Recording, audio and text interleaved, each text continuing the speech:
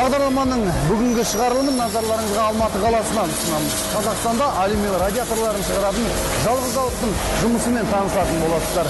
Зауытта өндірілетін өнімнің 92,7% қазақстандық үлесті құрайды екен. Армысыздар ағайын. Эфирде инвестиция және даму бағдарламасы. Сіздермен бірге мен Думан Мұхаммедқали.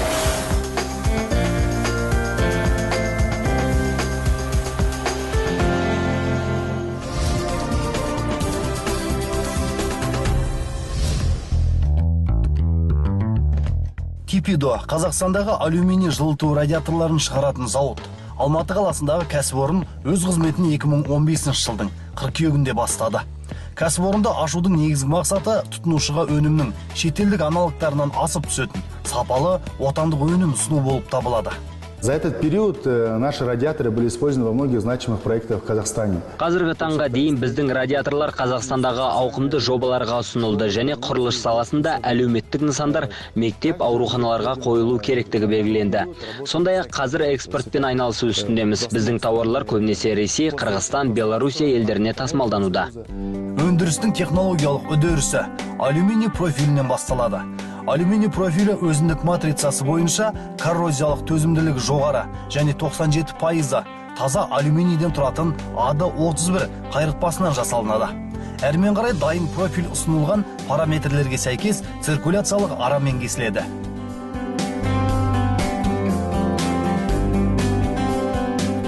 Мы сначала берем коллектора, получаем. Біз астыңғы және үстіңгі коллекторларды аламыз. Бұдан кейін бізге сызба нұсқаны береді. Сызба нұсқада көрсетілген өлшем бойынша коллекторларды кесеміз. Әр профиль өндіріс цехына 6 метрлік өлшемде келеді. Профильді кесуге автоматты түрде жұмыс атқаратын араны пайдаланамыз. Кесілген профильдерді бұрғылаушыға жібереміз. Бұл түркиялық техника жабдығы. Жалпы мұнда радиаторлардың өлшемдері анықталады. Өндіріс биіктігі 200-ден 700 мм-ге дейінгі радиаторларды шығаруға мүмкіндік береді. Бұрғылау процесі тік біліктерде жүргізіледі. Жартылай автоматты 6 ойықты бұрғылаушы жүйе тұтас жұмыс кезеңін өздігінен орындайды. На вертикальных станках мы производим работу по зачистке, сверловке, расточке нашего металла, наших полуфабрикатов. Профильдерді тік білдектерде бұрғылаймыз. Бұрғылау бөлімінде металл өңдеуден өтеді. Алюминий радиаторлардың ерекшелігіне олардың жеңілдігін жатқызуға болады. Радиаторлардың бұл түрін қолданудағы артықшылық жылу беру жоғары деңгейде болады. Алюминийдің жылу беру қуаты жоғары қысымды ұстаса, ал мұндай қысым коллектор қималарының үлкен аудандарына жетіп отырады. Бұл өзге радиаторлардан алюминий радиаторларының артықшылығын аңғартса, радиатор қабырғаларының панельді емес, секциялы болуы жылу берудегі айналым жүйесінің айырмашылығын айқындайды. Келесі кезеңде радиаторларға сәйкес келетін жалғағыштарын өндіру үрдісі жүзеге асады. Жалғағыштар дәлме-дәл автоматты жоңғыш білдектерде дайындалады және 4-тен 1 өлшемі сәйкес келеді. Бұдан кейін қырларын біріктіру үшін арнайы штуцерлер жасалынады. Мен болса, токарный станокта істеймін. Осы заводтың батарея шығарады ғой негізгі. Соған мынандай штуцерлар жасайды. Негізгі батареяның көлденесін жоғарғы төмен коллектормен қосады. Осы штуцер жалпы. Осы сапағысына осын жонам. Станок, біз станокта. Мына жерде конус бар. Сол бәрі келтіреміз, сапасы болсын. Штуцерлер радиатор мен коллекторлардың секциясын мықтап біріктіріп, олардың бүтіндігін қамтамасыз етеді. Одан кейін қабырғаларды калибрлеу жүзеге асады. Бұл жерде радиаторлардың қабырғалары бұрғыламалы, біліктерде жонылады және одан әрі тығыздауға дайындалады. Радиаторларды жинақтау механикалық жолмен құрастыру цехында жүзеге асады. Это у нас сборочный цех, мы здесь собираем радиаторы. Бұл бізде құрастыру цеха. Біз мұнда радиаторларды жинақтаймыз. Алюминий радиаторлар бөлмеде жайлы және жылы атмосфера туғызатын ең маңызды жылытқыштардың бірі болып табылады. Радиаторларды сатып алу кезінде басымдылық жылу өнімділігі болып табылады. Атап айтқанда, жылудың сейілуі және беріктік қасиеті. Радиаторларды жасаудың заманауи технологиялары жоғары жылу техникалық сипаттамаларға қол жеткізуге мүмкіндік береді. Осы тұста міндетті түрде радиаторларда жинақтау ережелеріне сәйкес өлшем мен жазықтыққа мән беріледі. Бұдан соң жинақталып қойған радиаторды гидравликалық баспақта автомат түрде тығыздау әдісімен тұтастай біріктіреді. Әрмен қарай әр жиналған радиаторға түсетін ауа қысымы сынаққа алынады. Мынау деген ана радиатор келген кезде ана жақтан жинап алып келеді. Мынаны просто тексереміз. Атмосфера 150 атмосфера. Качествосын тексереді радиатордың, бірақ па, бірақ емес па.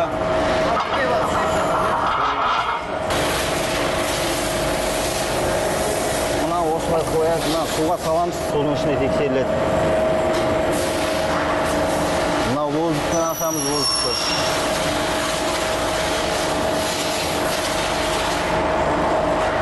Қайшенен ауа шықпау керек, бәрі нормально болу керек. Сынақтан өткен соң радиаторлар бояу камерасына жіберіледі. Мұнда тапсырыс берушінің қалауына сәйкес өнім кез келген түске боялуы мүмкін. Радиаторларды бояуға төзімділігімен ерекшеленетін ұнтақты бояу қолданылады. Радиаторларды бояу процесі осылай жүргізіледі. Арнайы ұнтақ бояу осылай себіледі де, одан кейін 180 градус ыстықтағы мынандай пешке әкеліп кіргізіледі. Бұл жерде ұнтақ алюминий, яғни темірмен бірге сіңісетін болады. Радиаторлардың бояу процесі осылай жүргізеді. Жарты сағаттың ішінде боялады.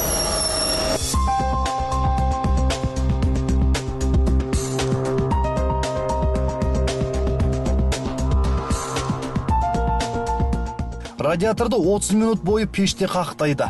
Нәтижесінде тауар кристалдану әсерінен жылты және қанық түске ие болады.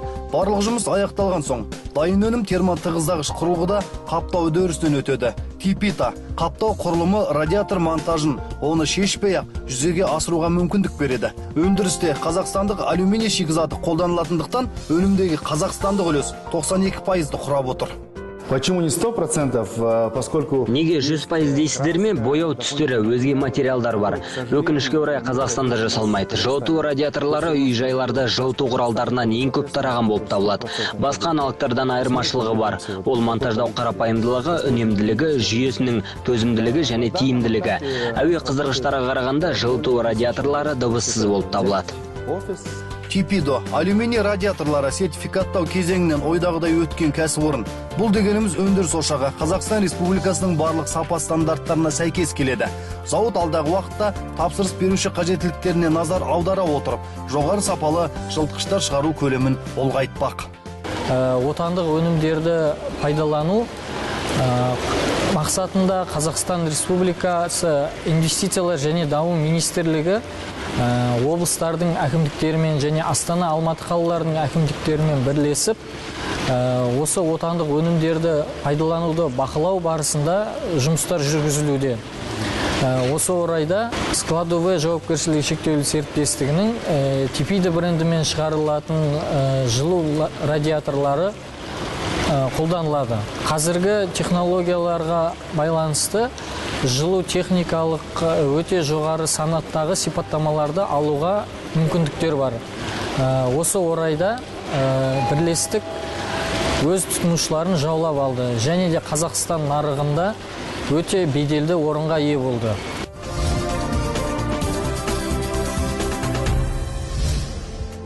Қазақстандық нарықта шетелдік өндірушілердің дәл осындай радиаторлардың техникалық мінездемесіне үңілетін болсаңыз, мынандай бір секция, бірде 3 шаршы метрді жылыту мүмкіндігі бар деп көрсетілген. Ал Қазақстанда өндірілетін бұл радиаторлар 2 шаршы метрді жылытылады. Сондай-ақ сапасы жағынан да, бағасы жағынан да әрине алда тұр. Бағдарлама соңында айтқым келетіні: сапасыз дүние алып отырмайық, қазақстандық өнімді тұтынайық.